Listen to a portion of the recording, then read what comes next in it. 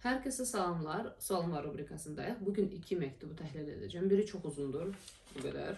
Xahiş edirəm məktublarınızı biraz qısa tutun. O birisi isə çox qısadır. Birincisi uzun olduğuna görə oxuduqca elə dayanıb təhlil edəcəm. Çünki qorxuram ki, sona çatanda əvvəldən, yəni bütün məzmun itəcək. Bəzi cümlələri məktubdan çıxardacağım. Çünki həm qısaltmağa çalışıram, həm də ki, analizi çox da mühüm belə əhəmiyyəti yoxdur. Amma 99.9% necə yazılıbsa elə oxuyacağım. Məncə bu məktub böyük olsa da vacibdir. Çünki dəfələrlə mən terapiyada klientlərlə bundan işləmişəm və bu, baxmayaraq ki, məktubda əks cinsdən söhbət gedəcək, eyni şeyi tətbiq edə bilərsiniz, bu prosesləri düşünə bilərsiniz. Yaxın rəfiqə ilə, bacı ilə, qardaşla, şəflə, belə, yəni hər situasiya uyğunlaşdıra bilərsiniz. Gəlin başlayaq. Salam Aygün xanım. İlk öncə təşəkkürlər bu təşəbbüs üçün. Mən daim özümü hamıdan üstün hiss edirəm daxilən və hər hansı bir sosial ortama qatılanda bunu müşahidə edirəm ki, o insanlarda nəsə tapıram. Daim analiz edirəm, onların xarakterinə bələd olmağa çalışıram. Çoxunu bəyənmirəm və axır o nəticəyə gəlirəm ki, heç kim mənim kimi deyil, mənim qədər dərin düşünə bilmir, empatiyalı deyil, onları özümdən aşağı görürəm. Ona görə heç kimi bəyənə bilmir, daim uzaqlaşdırıram özümdən. Görürəm ki, kiminlə münasibət qurmuşam, hamısı əslində özümdən aşağı görürəm.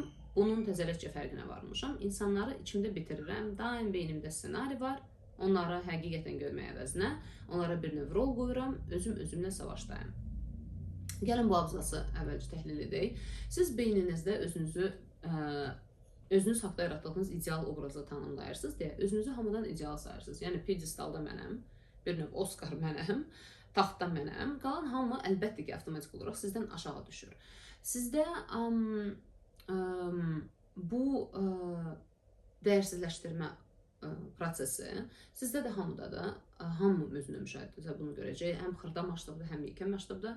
Siz bunu edirsiniz çünki bu sizə avtomatik olaraq çox tez və asan bir yoldur. Öz dəyəri, öz qiyməti belə bir vurarsan, belə şprit avtomatik olaraq çox tez bir üsuldur qaldırmaq üçün. Ona görə siz məcbursunuz, bir növ əslində elə hiss etmirsiniz, əslində real özünüzdə heç də belə özgüvənli, hamıdan yaxşı falan filan kimi, yəni real özünüzdə olsanız onsuz da elə hiss eləməzsiniz. Amma ideal obrazla özünüzü tanımlayırsınız deyə məcbursunuz daima o obraza belə bir növ canlı tutmaq üçün hamını ətrafınızda dəyərsizləşdirməyi. Bu yaxında sevgi münasibətim oldu. Onunla ilk gün görüşəndə nəfəsim getdi, halım pisləşdi. Sanki panik atak idi və ya nə bilmədim. Düşündüm ki, o səhv insandır ya da mən qorxuram bu sevgidən. Hələ də cavabını tapa bilməmişəm. Aramızda həm dərin münasibət var, həm də toksikdir məncə. Elə bir münasibətdir ki, deyir sevirəm və mən inanmıram, inanmaq istəmirəm. Beynim düşüncədən dayanmır. İlk əvvəllər isə onun narsist olduğuna qərar vermişdim. Araşdırırdım elə, onu hər şeyi analiz edirdim, hər söz, hər hərəkət, hər münasibətdə həqiqətən var olduğumu, yox, sanki müstətiq idim. Onun xarakterini üzə çıxartmaya çalışırdım. Gəlin burada dayanım. Baxın, siz bu insanı ideallaşdırırsınız. İdeal obrazını bir növ o insana keçirirsiniz. Onunla münasibətdə siz çalışırsınız bütün onun yetərsiz olan cəhətlərini çıxardasınız. Çünki bu yeganə bir yoldur sizin üçün. Onu heç olmasa birazcık qısa müddətli belə öz gözünüzdən salmaq. Siz sevgidən qorxmursunuz. O insandan qorxursunuz. O sizi deyir sevir və siz inanmırsınız. Çünki siz inanmırsınız ki, ideal sandığınız insan sizi sevə bilər. Niyə? Çünki mən özümün ideal obrazını tanımlayanda, mən özümü ideallaşdıranda elə bilirəm ki, mən hamıdan yüksəm, hamı məni sevməlidir. Amma əgər mən ideal obrazımı bir növ özümdən çıxartdım, o insana verdimsə, onda o məndən hər mənada üstündür və o məndən üstün olan insan mənim orada heç nə kimi hiss etdiyim halımı, cılız məni niyə sevsin kimi hiss edirik. Çünki idealınızı ona keçirdəndə siz bir növ lüt və heç nəsiz qalırsınız. xarakterini üzə çıxartmağa çalışırsınız, dediyim kimi, çünki gözünüzdən salmaq istəyirsiniz, başqa cürə rahatlaya bilmirsiniz. Gecə-gündüz onu düşünürsünüz, onu analiz edirsiniz, ona görə yox ki, onu sevirsiniz, ona görə ki, o bizim hər birimizdə ideal bir obraz var. O bizim idealımız qəflətən bizim qabağımıza çıxanda, hal pisləşmə falan da hamısı o olur. O qorxuruq, çarpışırıq. Bir düşünün, məsələn, əgər hansısa, nə bilim, aktyoru, müğənnini, kiminsə ideallaşdırmısınızsa və o birdən-birə qəfildən sizin, məsəl üçün, ağlıma gəlir Anthony Hopkins. Mən onu ideallaşdırmam, amma çox sevdiyim bir aktyordur. Və o birdən sizin qəfildən qabağınıza çıxır. Necə olarsınız? Nitqiniz tutular, bəlkə tər basar, həyəcanlanarsınız, özünüzü itirərsiniz, düzdür? Bax, elə bir şeydir. İdeal odur deyə siz onu elə bir ki, bir növ gecə-gündüz araşdırırsınız, analiz edirsiniz, anlamaya çalışırsınız ki, bu insan niyə belədir, məndə çatışmayan nədir, ondakı nədir ki, mən buna bu qədər tutunmuşam. Çünki onun kimi olmağa çalışırsınız. Sonra gördüm ki, narsist ya deyil, fərqi yoxdur. Mən niyə bu qədər analiz edirəm axı? Sanki onun xarakterini sübut eləməyə çalışıram. Və mən dəli olacaq səviyyədə idim düşünməkdən. Yola verməkdən, yenə üstünü örtməkdən başqa bir yol görmədim. Burada bir-iki cümləni buraxacağım. Çox qəribə biridir və tanıya bilmirəm. Tanıya bilmirsiniz deyə bu qədər sizi narahat edir. Tanıya bilmirsiniz də ona görə ki, çünki siz onu ideallaşdırırsınız. Biz ideallaşdırdığımız insanı olduğu kimi görmürük, real görmürük. Siz ilk abzasda da zaten yazmışsınız, siz insanlara real insanlar kimi baxmırsınız. Onlar sizin bəlli bir senaryonuz var, harada ki siz taxtasınız, siz idealsınız və o ideal obrazınızda yaşadığınız o beynindəki senaryoya başqa insanlar adi bir qəhrəmanlar kimi daxil olur, ya da xoşunuz gəlməndə onlara şahmat kimi belə tık edirsiniz, şahmat edib çıxardırsınız. Real insan kimi nə özünüzə baxırsınız, nə də başqalarına.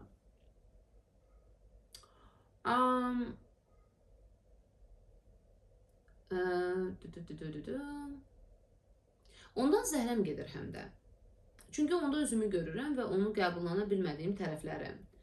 Hələ də danışırıq və bir yola qərar verə bilməmişik. Bilmirəm, onda valideynindən görmədiyim sevgini axtarıram, ya necə? Sevirəmmi? Bilmirəm onu da. Sevirəm əslində, amma sevmək istəmirəm. Sevginin bu qədər qırıcı olduğunu düşünmürəm. O sanki məni deşifrə edir. Ona görə görüşmək istəmirəm həm. Yenə üzləşəcəm nə eləsə, ağırdır bu, ağlamağım gəlir. Ondan zəhləniz gedir, çünki biz ideallaşdırdığımız insanın həbsindəymiş kimi hiss edirik. Ondan asılıymış kimi hiss edirik. Elə bir ki, onun yanında qalmalıq. Bir tərəfdən biz ona ideallaşdırdığımız insanı giftə edirik, ayağının altında durub belə yuxarı baxmağımız və dua etməyimiz belə gəlir onlara, giftə eləməyimiz. O birisi tərəfdən də zəhləmimiz gedir. İstəyirik ki, o insan yox olsun, ölsün. Çünki onda elə bir ki, biz azad oluruq. O bu dünyada yoxdursa, mən o ideal yenə də mənəm. İdeal obrazların savaşı itir və mən rahatlayıram. O bu dünyada artıq yoxdur. Yəni həyatına da çıxmasını, ümumiyyətlə həyatınızdan çıxsa da siz onu yenə düşünəcəksiniz. Çünki o beyniniz takılıb onun ideal olmağına. Amma o ölsə məsələn, bəlkə də rahatlayarsınız ki, çünki rolum mənə qayıtdı. O sizi deşifrə edir. Sizə elə gəlir ki, o sizi deşifrə edir. Bəlkə də tanışlıqlarınızın arasında bu belə bir deyək, belə o yeganə insandır ki, indiyənə kimi, hansı ki biraz özünə məxsus düşüncə tərzi var və ya daha ağıllıdır, biraz daha müdrikdir, daha analiz etməyə bacarır və siz onun yanında bir növ dediyim kimi lüt kimisiniz. Çünki bu sizin sizin ideal obrazınızda sahib olmaq istədiyiniz cəhətlərdir. Müdriklük, sezmək, çözmək, anlamaq, üzünə baxıb üz ifadəsini oxumaq falan filan. İndi siz də bu rolu ona vermisiniz deyə, onun yanında lütfətcən bala bir növ belə real özünüzlə qalmısınız. Özünüzü də daima ideal obrazınızdan tanımladığınıza görə real özünüzlə qalanda siz özünüzü çox kiçik, çox cılız, balaca, yetərsiz və heç nə bir şey kimi hiss edirsiniz. Ona görə onunla bir mühitdə olmaq sizə çox çətin gəlir. İşgəncə kimi gəlir, ağlamağınız gəlir uşaq kimi. Ona deyə bilmirəm bunları, amma o çox anlayışlıdır həm də. Mənim ağlıma bir sual düşən kimi bunu hiss edir üzümdən, nəsə olan kimi dinləyir. Görürsünüz necə icallaşdırırsınız, baxır, görür, dinləyir. Amma nəsə danışa bilmirəm, ağır gəlir mənə. O da dirəşir, güc bala ilə danışıram. Uşaq kimi zəif hiss edirəm özümü. Zəif hiss edirsiniz, bayaq dediyim kimi, real özünüzdəsiz deyə ona görə zəif hiss edirsiniz. Çox qəribə gəlir, həm də məni dinləyir, normalda dinləyici tərəf mən olmuşam başqalarında. Mən Instagramda bir-iki dəfə danışmışam bu anekdota, amma burada da yeri var deyim. İdeallaşdırma haqda. Kanalizasiyada ana sıçanın üzərində sıçan balası oturub və gedirlər yavaş-yavaş. Birdən başlarının üstündə yarasa uçur və sıçan balası baxır yuxarı və deyir, mama, bax, mələk. Yəni, necə ki, bir sıçan balası yarasanı mələk sanır uçduğuna görə.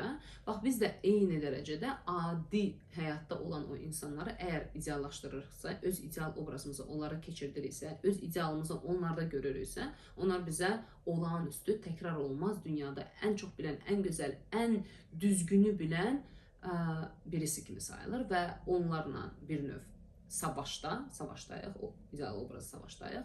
Biz həmişə uduzuruq. Bizə həmişə gəlir ki, onlar bizdən üstüdür və biz onların yanında heç nəyik. Yəni, bütün bu məktub əslində ideallaşdırma prosesi haqqdadır. Sizin qarşı cins webinarınızı da izləmişəm. Hansı ki, orada deyirsiniz, ideal obrazımız var və münasibətdə girəndə uşaq tərəfimiz ortaya çıxır. Mən də münasibətdə çox hiss etmişəm bunu.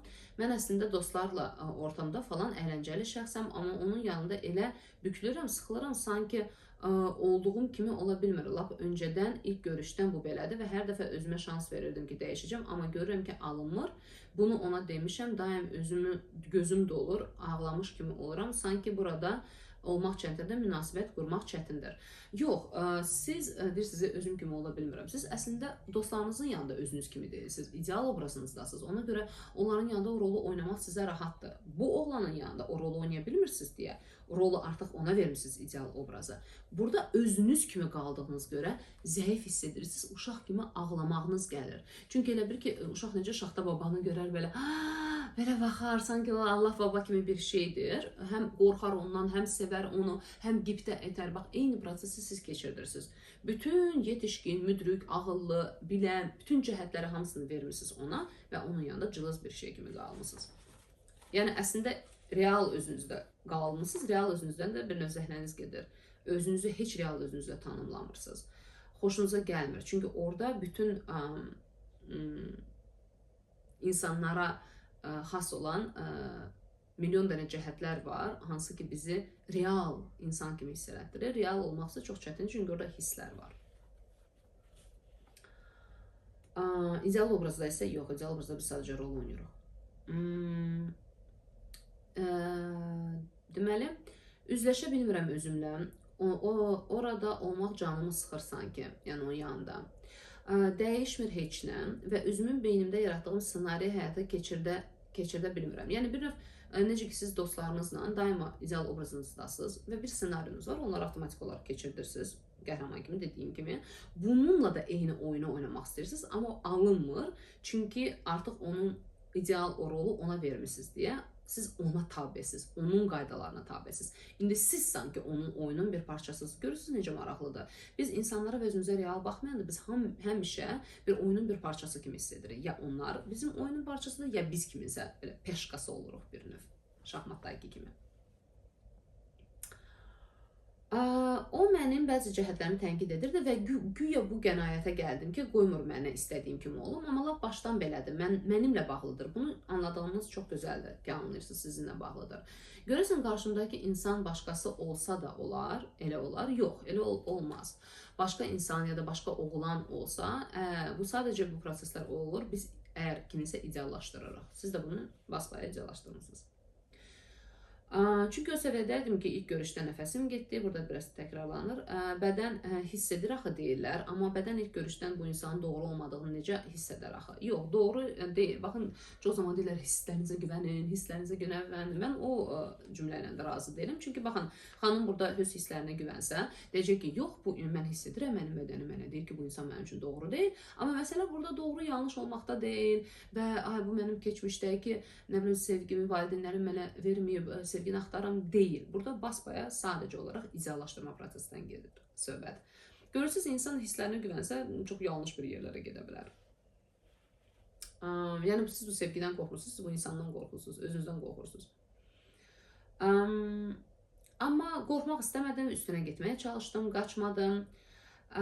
Mən qorxuram bu münasibətdən, məsuliyyət götürməkdən, uşaqlıqdan sevgi görməmişəm deyə belədir. Yəni nədir situasiya? Xanımın bu son sualları idi. Ümid edirəm sizinlə birlikdə burada bu prosesi biraz aça bildik.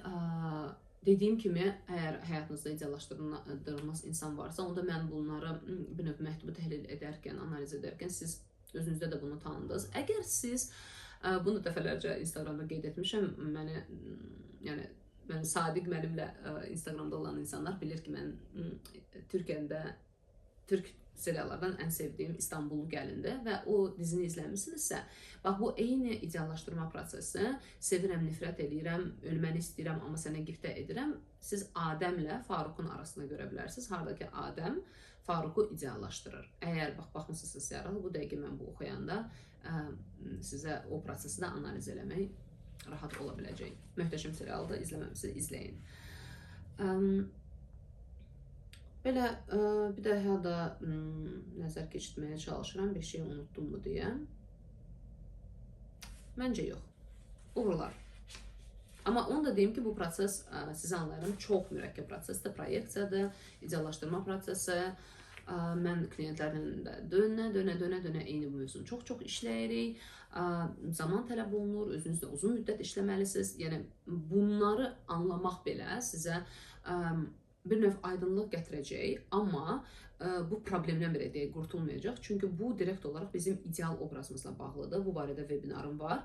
Və ideal obrazımızla, özümüzlə bir uzun müddət işləməyənə qədər bu tipdə ideallaşdırma proseslərdən qurtulmaq olmur. Təəssüf ki, qurtulmaq olmur. Biz o insanların həbsində qalırıq. Ona görə 1-2-3 il insan özündən işləyəndən sonra yavaş-yavaş o məqama gələ bilər. Harada ki, bu tipdə ideallaşdırılmalar dayana bilər. Çünki nə zamana qədər ki, mən özümü ideal sayıram ki, siz sayırsınız, ideal obrazınızda yaşayırsınız, real özünüzdə yox. Siz daima bu insan olmayacaq, başqa insan olacaq, o insan ödəyəcək. Bu birisi insan hər zaman birini tapacaqsınız ideallaşdırmaq üçün ki, öz ideal obrazınızı canlı saxlamaq üçün. Keçirəm ikinci məktuba. Bu məktub qısadır. Salam Aygün xanım, necəsiniz? Mən qardaşımla 4 ildir danışmıram. Yəni özü danışdırmır məni boşanma qərarımdan sonra. Və aramızda çox böyük davalar oldu bununla bağlı. Mənim qəlbim çox sınmışdı. Bağışlanmışdım sandım, amma bağışlamamışamış.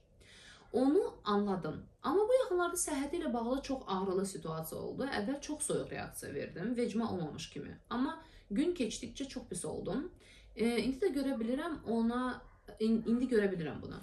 Ona yazım yoxsa yox, bir tərəfdən qürurum qoymur, bir tərəfdən də nigaranam ondan ötürü arada qalmışam. Bilmək istərdim ümumiyyətlə belə durumlarda, arada qalanda daha çox nəyi düşünməliyik, nəyi etməliyik, cavablandırsanız çox sevinərəm, təşəkkürlər. Anlayıram sizi, ümid edirəm ki, qardaşınızın səhhəti düzəlib, yaxşıdır hər şeyindir. Biz kiminlə olursa olsun, özəlliklə yaxınlarımızla çox güclü savaşlara giririk və bu savaşda biz heyvan tərəfimizdən, canavarımızdan iştirak edirik. Kim daha haqlıdır, kim daha haqsızdır, kim kimi daha çox əzəcək və bu proseslərdə çox təəssüf ki, biz insan olduğumuzu unuduruq. Bu insanların əslində bizim bir-birimizin üçün nə dərəcədə dəyərli olduğunu unuduruq, həyatın sonu olduğunu unuduruq, xəstəliklər, bir-birimizə nə qədər ehtiyacımız olduğunu unuduruq. O sanki kəsirik həm qan bağını, həm sevgi bağını, bağlılığımızı və özümüzü haqlı olmaq üçün, uduzmamış hiss etmək üçün bir növ o uzun müddət elə qalırıq. Amma baxın, qardaşınızın bu səhhəti pozulması sizə bir növ xatırlatdı ki, əslində bütün baş verənlərə baxmayaraq bir insan kimi, bir bacı kimi siz onu sevirsiniz, onun dəyəri sizdə var və məncə biz barışanda insan tərəfimizdən barışırıq. Həyatın ölümlü bir yer olduğunu anlayaraq və bir növ bütün savaşlara baxmayaraq o insanın dəyərli olduğunu xatırlayaraq. Mən sizə məsləhət görə bilmərəm nə edəcəyinizi, amma görsənir ki, sizin meyliniz var, istəyirsiniz barışmaq. Barışmaq da deməyim, ən azından onunla kontakta keçmək, onu soruşmaq. Bu sizin ilk addımınız ola bilər ona qarşı və bu heç bir garantiya vermir ki, sizin qardaşınız sizinlə danışacaq. Bəlkə o yenə də öz xəstəliyinə də baxmayaraq, hər şey baxmayaraq öz prinsipində qalacaq və sizinlə danışmaq ya da qısa cavab verəcək və siz görəcəksiniz ki, davam edə bilmirsiniz. Amma yenə də Elə də olsa peşman olmayın. Çünki məncə yazmayıb sonradan peşman olmaqdansa bəlkə də yazmaq və yenidən münasibətə şans vermək kimi, arada da 4 il keçib dediyinizə görə bəlkə də aralar soyuyub, bəlkə o da hazırda artıq sizlə danışmaq və o da sizin kimi qürurun üstündən keçə bilmir. Məncə qüruru kənara qoymaq böyüklükdür. İnsanlıq xətrinə, sevgi xətrinə, qardaş bacı bağ naminə, xətrinə qırağa qoymağa dəyər. Əgər bu sizin ürəyinizdən keçirsə, kontakta keçməyə dəyər. Niyə ki, yox. Davamına artıq siz baxarsınız ki, nə etməyiniz gəlir. Amma unutmayın, savaşırıq canlarımızdan, barışırıq isə insani tərəfimizdən. Bugünlük bu qədər. Gəlin həftə yenidən görüşərik. Sağ olun.